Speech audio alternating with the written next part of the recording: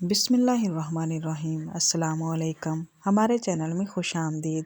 ایک شخص نے اپنی بیوی کو اس کے بچوں کے سامنے بڑی بے دردی سے مارا، جس سے بچے خوف زدہ ہو کر رونے لگ گئے۔ چونکہ یہ حال دیکھ کر ماں رنجیدہ ہوگی۔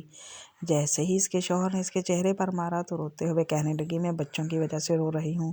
شوہر نے اس کے چہرے پر مارا تو روتے ہوئے کہنے لگی، میں بچوں کی وجہ سے رو رہی ہوں۔ پھر اچانک کہا کہ میں جا کر تیری شکایت کروں گی۔ شوہر بولا، تجھے کس نے کہہ دیا کہ میں تجھے باہر جانے کی اجازت دوں گا؟ بیوی، کیا تیرا خیال ہے تو نے دروازے اور کھڑکیاں سمیت سارے رابطے کے دروازے بند کر دیے ہیں، اسی لیے تو مجھے شکایت کرنے سے روک لے گا؟ شوہر انتہائی تعجب کے ساتھ، پھر تم کیا کرو گی؟ بیوی بولی، میں رابطہ کروں گی۔ شوہر بولا، تیرے سارے موبائل میرے پاس ہیں، اب جو تو چاہ کر۔ جیسے ہی بیوی حمام کی طرف لپکی، شوہر نے سمجھا شاید یہ حمام کی کھڑکی سے بھاگنے کی کوشش کرے گی، اسی لیے شوہر بھاگ کر جلدی سے حمام کے باہر کھڑکی کے پاس کھڑا ہو کر انتظار کرنے لگا۔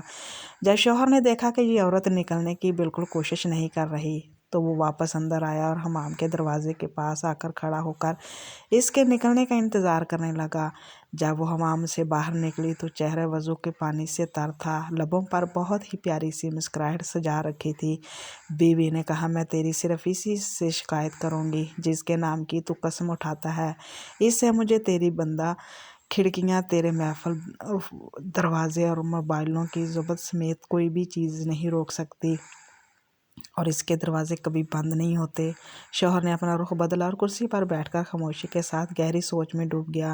اندر جا کر بیوی نے نماز ادا کی، خوب لمبا سجدہ کیا۔ شوہر بیٹھا ہے سب کچھ دیکھ رہا تھا۔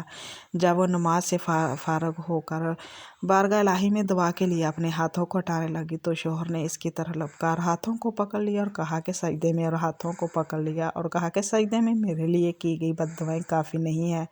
عورت نے برسوز لہجے میں کہا کہ تیرا خیال ہے کہ میں اس سب کے بعد بھی جو تو نے میرے ساتھ کیا ہے اتنی جلدی اپنے ہاتھ نیچے کر لوں گی؟ شوہر بولا، یہ سب مجھے غصے میں ہوا ہے، میں نے جان بوجھ کے نہیں کیا۔ بیوی بولی، اسی لیے میں تیرے لیے تھوڑی دعا پر اکتفا نہیں کر سکتی۔ بد دعائیں تو میں شیطان کے لیے کہہ رہی تھی جس نے تجھے غصہ دلایا۔ میں اتنی احمق نہیں ہوں کہ اپنے شوہر اور شریک حیات کے لیے بد دعا کروں۔